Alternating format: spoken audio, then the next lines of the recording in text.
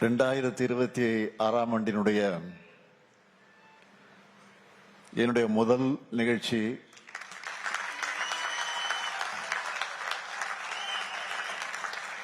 மறுமலர்ச்சி திராவிட முன்னேற்ற கழகத்தினுடைய பொதுச் செயலாளர் என்னுடைய ஆரோக்கிய அண்ணன் வைகோ அவர்களின் இந்த சமத்துவ நடைபயண தொடக்க விழாதான் என்னுடைய முதல் நிகழ்ச்சியாக அமைந்திருக்கிறது. மக்கள் பிரச்சனைகளுக்காக நடைபயணம் செஞ்சவர் நம்முடைய அருமை அண்ணன் வைகோ அவர்கள். அவருடைய நெஞ்சுரத்தையும் ஸ்டாமினாவையும் பார்க்கும்போது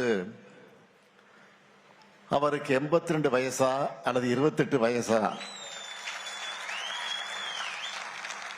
என்று நமக்கெல்லாம் ஆச்சரியப்பட தோணுது. பெற்றோர்கள் தங்கள் குழந்தைகள் பாசத்தை காமிக்கணும் தான், அதை மறுக்க முடியாது. அதுக்காக அவன் பாதை மாறி போகும்போது வேடிக்கை பார்த்து கொண்டிருக்க கூடாது. யூடியூப், இன்ஸ்டா ரீல்ஸ் மூலமா வரக்கூடிய ஈஸி மணி பசங்களை தவறான பாதையில கொண்டு போறதுக்கான சான்ஸ் தான் அதிகம். எனவே குழந்தைகளை பொறுப்போடு வளர்க்கணும் பெற்றோர்களை நான் கேட்டுக்கொள்கிறேன்.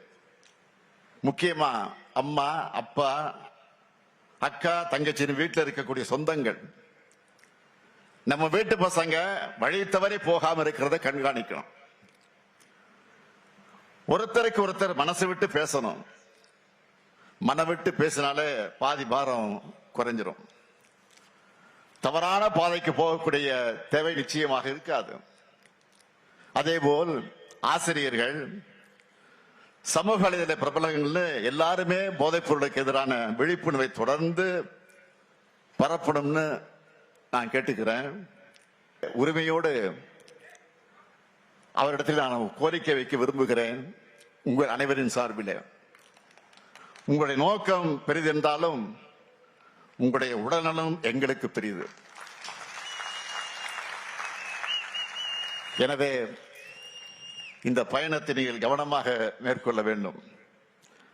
அது மட்டுமல்ல, இது மாதிரியான கடுமையான நடைபயணங்களை நீங்கள் இனி மேற்கொள்ளக்கூடாது என்ற என்னுடைய அன்பான வேண்டுகோளை நீங்கள் கட்டளையிட்டால் அதை செய்வதற்கு மறுமலர்ச்சி திராவிட முன்னேற்ற கழக தொண்டர்கள் தயாராக இருக்கிறாங்க. அதனால்தான் அந்த உரிமையோடு கேட்கிறேன். நீங்க உங்க உடல்நிலை பாதுகாக்கணும் என்று அன்பான வேண்டுகோள்